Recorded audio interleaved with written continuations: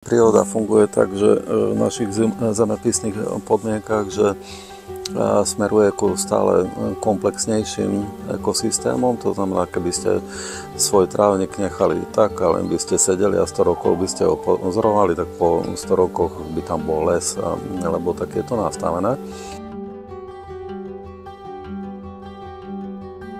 A ten les je proste niečo stabilné, kde je veľmi optimálny a vyrovnaný ten prísun a výdaje energie. Odumreté drevo pustí svoj uhlík a svoje živiny do pôdy. Z tej pôdy to zase čerpajú ďalšie nové rastliny, ktoré tam vyrastú a je to všetko také samoudržiavace.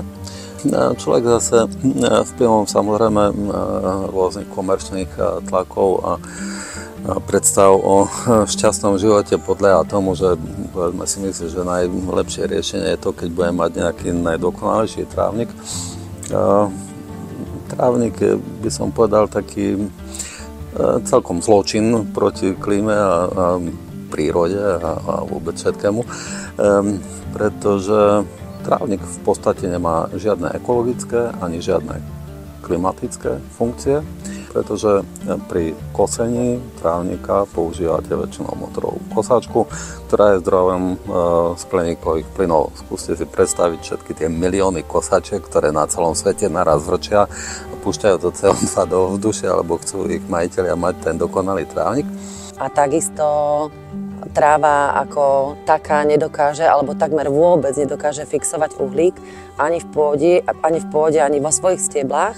Dokonca naopak vyžaduje si veľmi veľkú závlahu, to znamená, že ten trávnik polievame, ale nakoľko nedokáže zadržiavať tú vlahu a vyparuje sa voda a trávnik by takto nevydržal, tak je potrebné ho hnojiť a ako náhle zasiahneme do trávnika chemikáliami, získavame plochu, ktorá je mŕtva, na ktorej takmer nič nežije.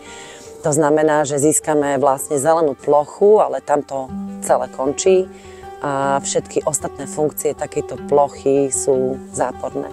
To, že na svete je to z roka na rok horšie, je to poskladané z tých miliárd drobných činov, ktoré každý z nás robí.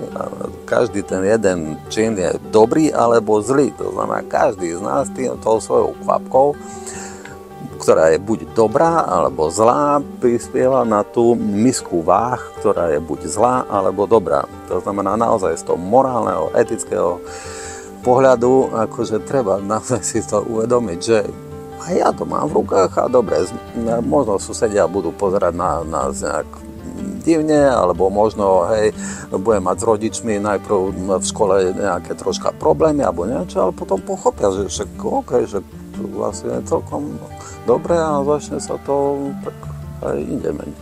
Na veľké šťastie už na niektorých základných školách sa vzdeláva správne klimaticky, to znamená, že nielen na úrovni teoretickej, ale decká v skutočnosti aj vyjdú na pozemok a prakticky vytvárajú prvky a štruktúry na pozemku, ktorý môžeme nazvať klimatický. Tak vlastne my túto lúku, ktorá je teraz momentálne pokazená, lebo ide zima, tak ju kosíme 2-krát až 3-krát do roka, ale stále nechávame aspoň 10 cm travu dlhú, aby vlastne sa ten hmyz mohol ukryť v lúke. Stromy a kriky majú veľký význam pre klimatickú záhradu. Vysadili sme si tu napríklad rybezľu, slivku, čerešňu, jostu alebo egereš. Táto jabloň má určite aspoň 80 rokov. Práve takéto stromy majú najväčšie klimatické funkcie, pretože v horúcom lete poskytujú tieň, svojimi listami vytvárajú vlastne vlhkú a chladnú mikroklímu, sú takouto klimatizáciou, kedy z toho obrovského povrchu listov sa odparuje voda a ochladzuje vlastne ten povrch tých listov a práve kvôli tomu je pod veľkými stromami alebo na okraji lesa chladnejšie ako už mimo lesa. Keď ten strom trebárs necháte po dožití, aj keď vyschne, necháte ho niekde ako jeho drevo v kúte, že nech sa pomaličky rozkladá, tak to je vôbec asi ten najpozitívnejší klimatický čin,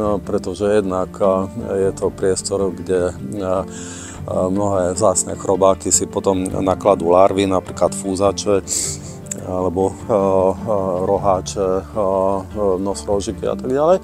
Ale na druhej strane najmä ten uhlík pomaličky je tam dlho držaný v tom dreve a potom pomaličky sa dostáva do pôdy.